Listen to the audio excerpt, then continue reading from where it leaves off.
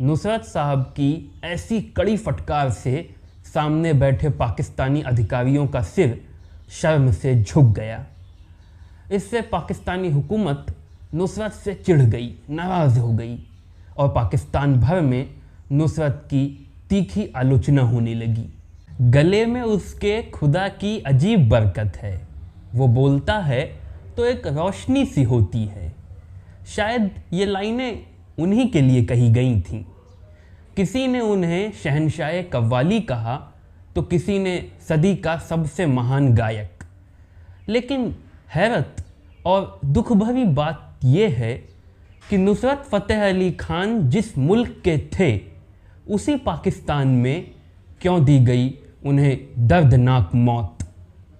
क्या है नुसरत फ़तेह अली खान के तड़पने की कहानी, जानेंगे आप, क्योंकि आज मैं आपके लिए अजीम फ़नकार नुसरत फ़तेह अली खान की ज़िंदगी की पूरी कहानी लेकर आया हूँ। पंजाब के जलंधर में एक मशहूर कव्वाल रहते थे, फ़तेह अली खान, जिनके पुरखे 600 साल पहले अफ़गानिस्तान से भागकर भारत में आ गए थे। लेकिन जब 14 अगस्त 1947 को देश में बंटवारे की आग लगी, तब उनका पूरा परिवार जलंधर छोड़कर पाकिस्तान के फैसलाबाद में जाकर बस गया। इसी फैसलाबाद के इन्हीं फ़तेह अली खान के घर में 13 अक्टूबर सन 1948 को एक बच्चे का जन्म हुआ। लगातार 4 लड़कियों के पैदा होने के बाद फ़तेह साहब की बड़ी मन्नतों और मिन्नतों से ये लड़का हुआ था, इसलिए परिवार का कुछ ज़्यादा ही दुलारा बन गया। परवेज़ नाम रखा गया, जिसे प्यार से उसकी बड़ी बहनें पैजी कहकर बुलाती थीं। उसकी सालगिरह पर फ़तेह अली खान ने एक बहुत बड़ा जश्न रखा। इलाके के नामचीन शायरों, कव्वालों, गायकों ने शिरकत की। अचानक एक सूफ़ी फ़कीर ने भी दरवाजे पर दस्तक दी। उनका नाम था पीर मोहम्मद गुलाम समदानी। इतने बड़े आला दरवेश की दुआ उनके बच्चे को ज़रूर मिले, इस नाते फ़तेह साहब ने पैजी को उनकी गोद में रख दिया। बातों ही बातों में जब पता चला कि बच्चे का नाम परवेज़ है, तब हंसते हुए पीर साहब भड़क उठे। इतने आलिम आदमी होकर ऐसी बेवकूफ़ाना हरकत करते हो? जानते भी हो परवेज़ कौन था? वो ईरान का सुल्तान था, जिसने हुजूर के ख़त को फाड़ कर फेंक दिया था, पैगंबर मोहम्मद साहब की बेइज्जती की थी, और तुमने उस मनहूस के नाम पर अपने बच्चे का नाम रख दिया। ज़िंदगी तबाह हो जाएगी इसकी। फ़तेह साहब डर गए, हाथ जोड़कर कहने लगे, नाम बदल दिया जाएगा, लेकिन अब क्या नाम रखा जाए इसका? 2 मिनट सोचने के बाद पीर साहब बोले, नुसरत, यानी कि जीत। इस तरह दुनिया को मिले नुसरत फ़तेह अली खान। पाकिस्तानी राइटर अहमद अकील रूबी, जिन्होंने नुसरत की बायोग्राफी लिखी है, अपनी किताब में नुसरत के बचपन के ऐसे कई किस्सों की बयानी करते हैं, जिसमें छोटे से नुसरत बड़े बड़े हादसों से करिश्माई रूप से बच निकले, चमत्कारी तरीके से बड़ी बड़ी मुसीबतों को टाल देते थे। नुसरत के पुरखे पिछली कई पीढ़ियों से मौसीकी में मशगूल थे, मौसीकी से मशहूर थे, लेकिन नुसरत के अब्बा नहीं चाहते थे कि वो मौसीकी में मशरूफ़ हों, क्योंकि उस दौर के समाज में कव्वालों का कोई ख़ास रसूख नहीं होता था, ज़्यादा पैसे नहीं कमा पाते थे, तंगहाली और कष्टों में ज़िंदगी गुजारनी पड़ती थी। इसीलिए फ़तेह साहब चाहते थे कि उनका बच्चा पढ़ लिख कर इंजीनियर या डॉक्टर बने, लेकिन ख़ानदान की रवायत को आगे बढ़ाने के लिए थोड़ा बहुत सिखाना तो ज़रूरी था। इसीलिए उन्होंने नुसरत को मौसीकी की ट्रेनिंग देना शुरू कर दिया, लेकिन इस ट्रेनिंग को उन्होंने थोड़े बहुत तक की ही हद में रखा। लेकिन इतने में ही नुसरत और मौसीकी के बीच एक ख़ास रिश्ता बन गया। नुसरत को संगीत और संगीत से जुड़ी हर चीज़ में बहुत दिलचस्पी होती थी। लेकिन उनके अब्बा की सख्त ताकीद होती थी कि उन्हें पढ़ लिख कर बड़े होकर इंजीनियर या डॉक्टर ही बनना है। मगर ये तो फ़तेह साहब की मर्ज़ी थी, अल्लाह की मर्ज़ी तो कुछ और ही थी। 15 साल के थे नुसरत जब उनके अब्बा को गले का कैंसर हो गया। मार्च 1964 में फ़तेह अली खान इस दुनिया से रुखसत हो गए।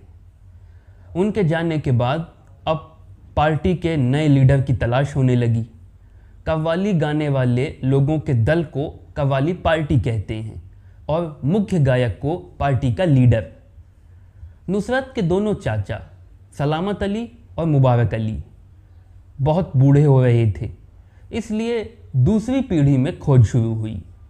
वैसे ख़ानदान की रवायत के मुताबिक नुसरत सबसे बड़े बेटे थे, इस नाते उन्हीं को पार्टी का लीडर बनना चाहिए था। लेकिन उनको अभी गायकी की कोई ख़ास ट्रेनिंग नहीं मिली थी, इसीलिए न नुसरत को खुद पर न किसी को उन पर भरोसा था। लेकिन हुई है वही जो राम रची राखा। अहमद अकील रूबी की किताब में कुछ ऐसी अद्भुत घटनाओं का जिक्र मिलता है जिन्होंने नुसरत की तकदीर बदल दी। फ़तेह साहब की रुखसती के कुछ दिनों बाद नुसरत के चाचा मुबारक अली खान को एक सपना आया। सपने में उन्होंने अपने ख़ानदान के पीर मोहम्मद दीवान साहब को देखा, जो फ़तेह अली साहब की मौजूदगी में नुसरत को आशीर्वाद देते हुए कह रहे थे कि नुसरत गाएंगे और इतना अच्छा गाएंगे कि पूरी दुनिया में जाने जाएंगे। नुसरत एक अलौकिक घटना का जिक्र अपने एक इंटरव्यू में करते हैं। नुसरत के मुताबिक उनके अब्बा के इंतकाल के कुछ दिनों बाद उन्हें एक सपना आया। उनके अब्बा उनके सामने खड़े थे। नुसरत कुछ कहते इससे पहले वो उनका हाथ पकड़कर उन्हें एक जगह पर ले गए, जहाँ पर नुसरत को बिठाकर उन्होंने उनसे गाने को कहा। नुसरत बोले कि वो नहीं गा पाएंगे, वो नहीं गा सकते।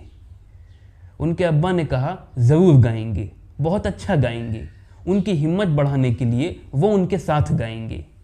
नुसरत गाने लगे ज़ोर से, ध्यान मग्न होकर। अचानक उनकी आंखें खुल गईं। उन्होंने देखा पूरा परिवार उन्हें घेर कर खड़ा था। पता चला कि नुसरत सपने में गाते गाते असल में गाने लगे थे। उनकी आवाज़ सुनकर सब लोग वहाँ जमा हो गए थे। लेकिन आज सब ने एक अनोखी बात नोटिस की, एक अजीब बात। नुसरत की आवाज़ में, उनके आलाप में आज एक अनूठी बात थी, एक अलग बात जो पहले नहीं थी। उनकी ऐसी गायकी आज तक कभी किसी ने नहीं सुनी थी। नुसरत ने जब उस जगह और उसके आसपास के माहौल के बारे में विस्तार से बताया, तब उनके चाचा मुबारक अली खान समझ गए वो ज़रूर अजमेर शरीफ की दरगाह थी, जहां उनके अब्बा फ़तेह साहब की बहुत श्रद्धा थी।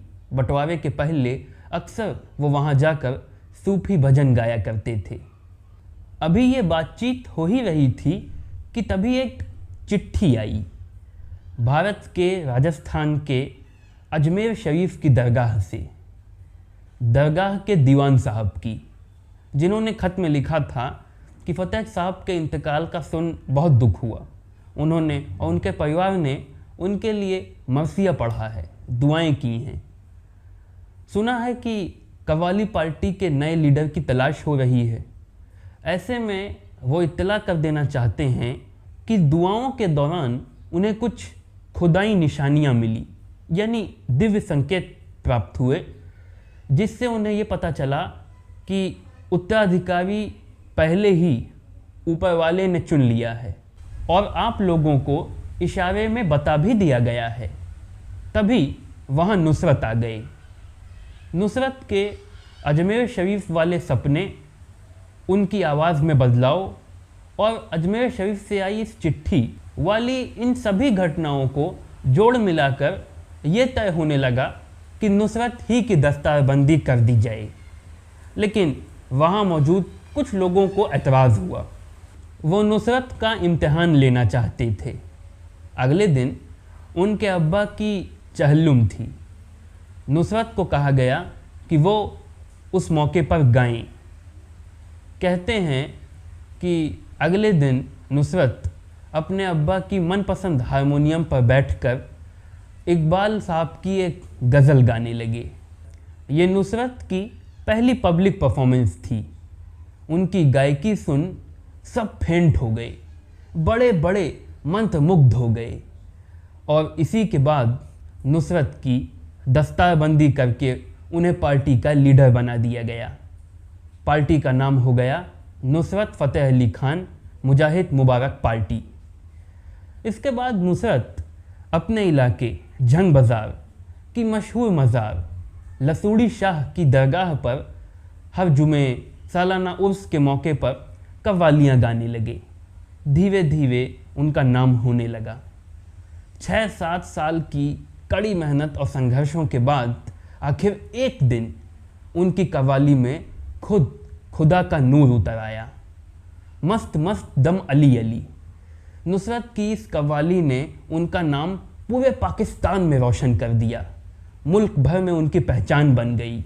इसके बाद उनकी खुद की लिखी गज़ल सुर चरखे दी मीठी मीठी कू तो बहुत हिट हुई, बहुत मशहूर, हज़ारों हज़ार कैसेटें बिकी।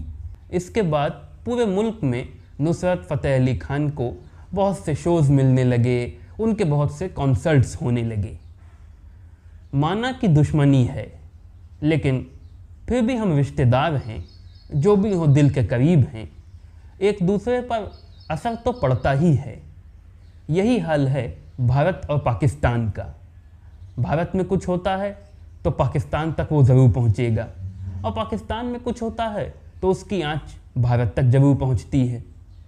पाकिस्तान में नुसरत साहब की फैलती मशहूरियत की गूंज अब भारत में भी सुनाई पड़ने लगी थी। वैसे नुसरत साहब को हिंदुस्तान लाने का क्रेडिट जाता है शोमैन राज कपूर को।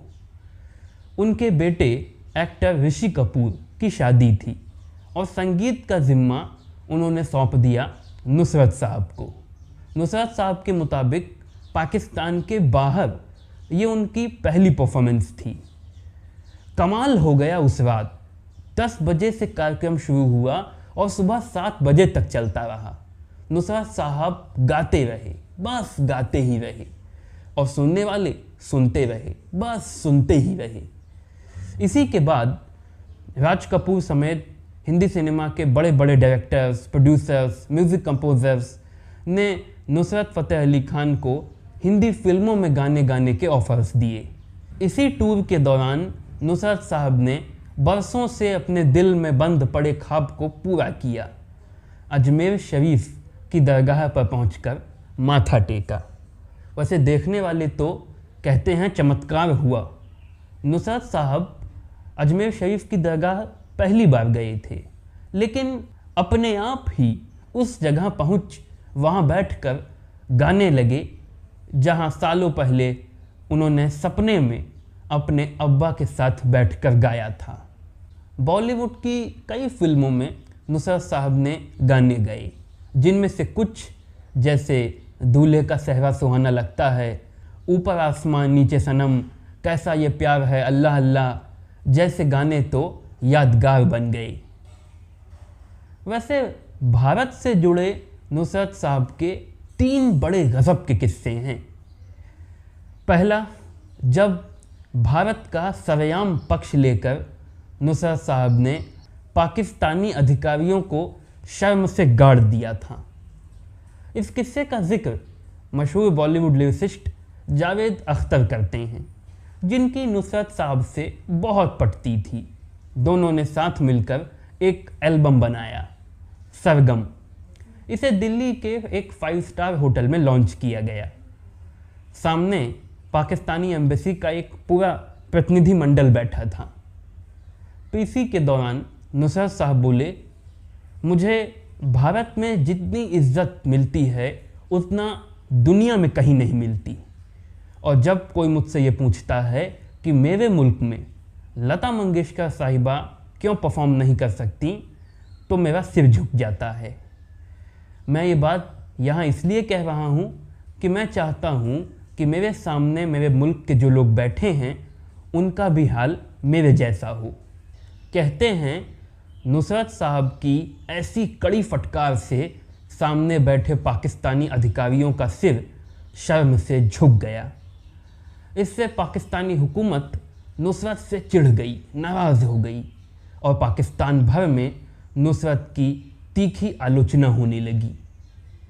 जावेद अख्तर कहते हैं कि वो हिंदुस्तानी हैं, उनके लिए ये कहना बहुत आसान है, लेकिन नुसरत एक पाकिस्तानी थे। अपने ही लोगों को, अपनी ही हुकूमत को कोसना और फिर अपने मुल्क में वापस जाना, ये बहुत जिगरे की बात है। सिर्फ नुसरत साहब ही कर सकते थे। दूसरा किस्सा है 90s की मशहूर फिल्म मोहरा के महामशहूर गाने तू चीज़ बड़ी है मस्त मस्त से जुड़ा हुआ।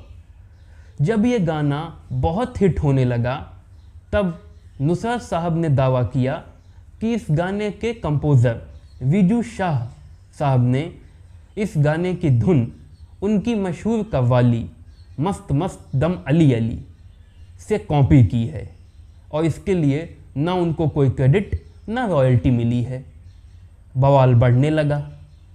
तब बॉलीवुड को बचाने आगे आए मशहूर शायर खयाम, जिन्होंने दावा किया कि पहली बात तो इस गाने की धुन किसी दूसरे गाने से कॉपी नहीं की गई है और दूसरी बात खयाम साहब के मुताबिक कैसी रॉयल्टी, कैसा क्रेडिट नुसरत फ़तेह अली खान ने अपनी इस कव्वाली मस्त मस्त दम अली अली की धुन खुद 1949 में रिलीज़ होने वाली एक हिंदी फिल्म के एक गाने से कॉपी की है।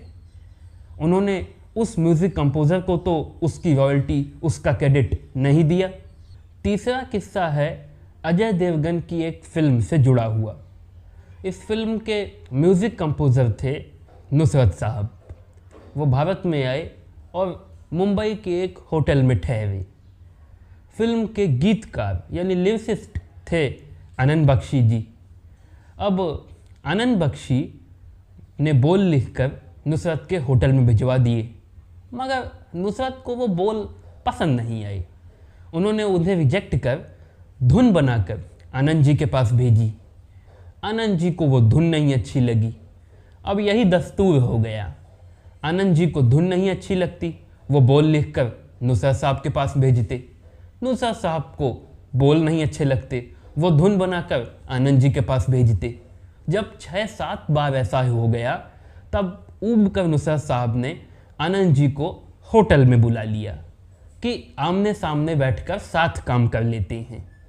मगर आनंद जी को इसमें अपनी तौहीन लगी।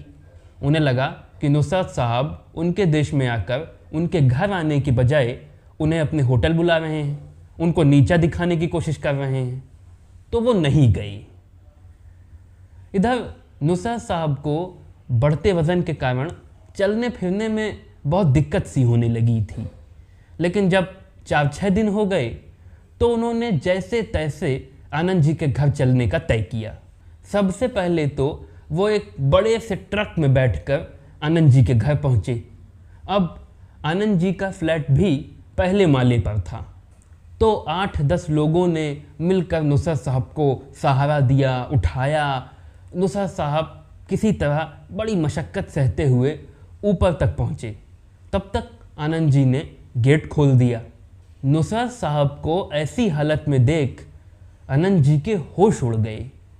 उनकी आंखों से आंसू बहने लगे।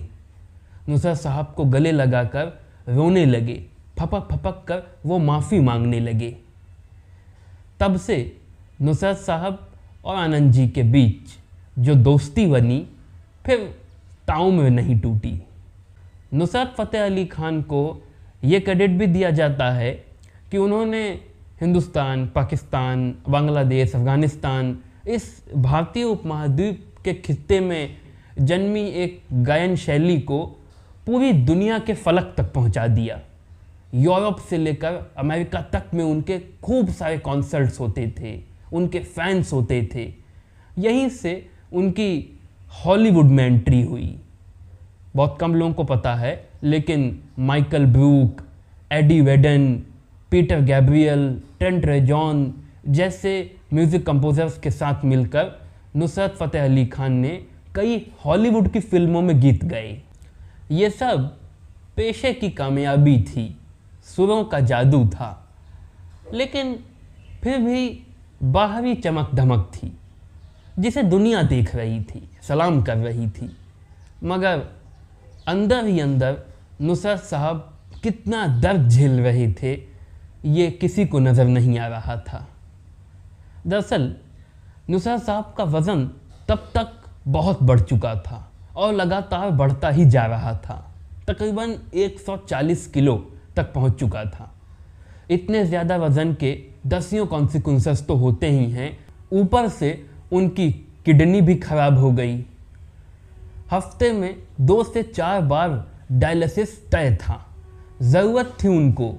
आप कल्पना कर सकते हैं कि उन पर क्या गुजरती होगी। एक बार कैलिफोर्निया के कुछ डॉक्टर्स ने उनसे कहा कि उन्हें किडनी का ट्रांसप्लांट करा लेना चाहिए। 2 साल लग गए डोनर को ढूंढने में। आखिरकार 11 अगस्त सन 1997 को नुसरत साहब फ्लाइट में बैठे। देखने वाले कहते हैं कि उस दिन पता नहीं क्यों वो बहुत दुखी थे, बहुत उदास, गमगीन। वैसे तो वो लॉस एंजलिस जा रहे थे किडनी ट्रांसप्लांट के लिए, ठीक होने के लिए, लेकिन विधाता को कुछ और ही मंजूर था। रास्ते में उनकी तबीयत बिगड़ गई, इतनी बुरी तरह कि इमरजेंसी में प्लेन को लंदन लैंड कराना पड़ा। तुरंत नुसरत साहब को क्रॉमवेल हॉस्पिटल में एडमिट किया गया, जहां हार्ट अटैक के कारण तकरीबन 5 दिन बाद नुसरत फ़तेह अली खान इस दुनिया से रुखसत हो गए। नुसरत साहब का अचानक हुआ इंतकाल दुनियाए संगीत के लिए बहुत बड़ा सदमा थी। उनके फैंस के दिल पर लगी गहरी चोट थी। पर कहानी यहीं ख़त्म नहीं होती, क्योंकि कहते हैं कि नुसरत साहब की मौत कोई साफ सफाई वाली घटना नहीं थी, इस पर धब्बे थे। पहले तो क्रॉमवेल हॉस्पिटल के डॉक्टर्स नुसरत साहब की डेथ को नेचुरल नहीं मानते।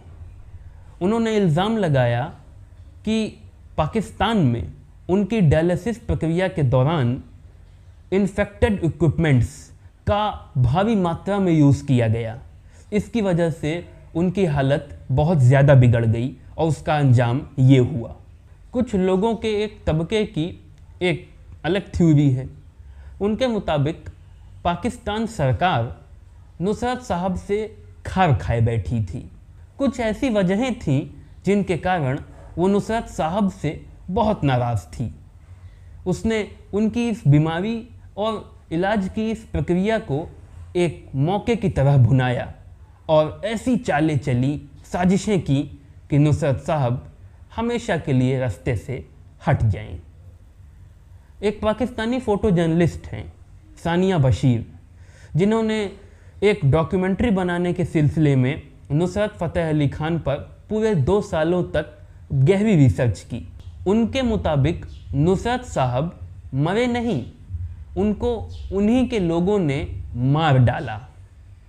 ये जानते हुए कि उनकी क्या हालत है, लोग शोज़ पे शोज़ ऑर्गेनाइज करते थे उनके।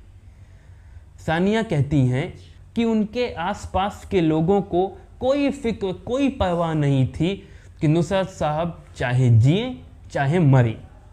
वो बस इसी कोशिश में लगे रहते थे कि जब तक वो ज़िंदा हैं उनका ज़्यादा से ज़्यादा इस्तेमाल किया जा सके। बहरहाल नुसरत फ़तेह अली खान की कब्र उनके अपने शहर, प्यारे शहर फैसलाबाद में ही है, जिसके बारे में तरह तरह के करिश्माई किस्से प्रचलित हैं। दरअसल हर साल उनकी यौम पैदाइश और खिराज अकीदत पर उनके तमाम मुरीद उनकी कब्र पर फूल चढ़ाने जाते हैं। उनमें से कुछ का दावा है कि उन्होंने कई बार कब्र के अंदर से नुसरत साहब के गाने की आवाज़ें सुनी हैं। कुछ तो यहाँ तक कहते हैं कि वो गए थे उनकी कब्र पर उनको फूल चढ़ाने, लेकिन घंटे घंटे भर खुद नुसरत साहब ने उनके सामने बैठकर उनको संगीत की तालीम दी। वैसे आपको क्या लगता है, क्या ये बातें सच हो सकती हैं या ये बस मात्र कोई अफवाहें हैं? कमेंट सेक्शन में कमेंट करके मुझे ज़रूर बताइएगा। कहानी का खात्मा मैं अहमद अकील रूबी के कहे एक स्टेटमेंट से करना चाहता हूँ। सच है कि दुनिया में बहुत गायक हैं, बेहद उम्दा हैं, लेकिन नुसरत जैसा कोई नहीं, न था न होगा।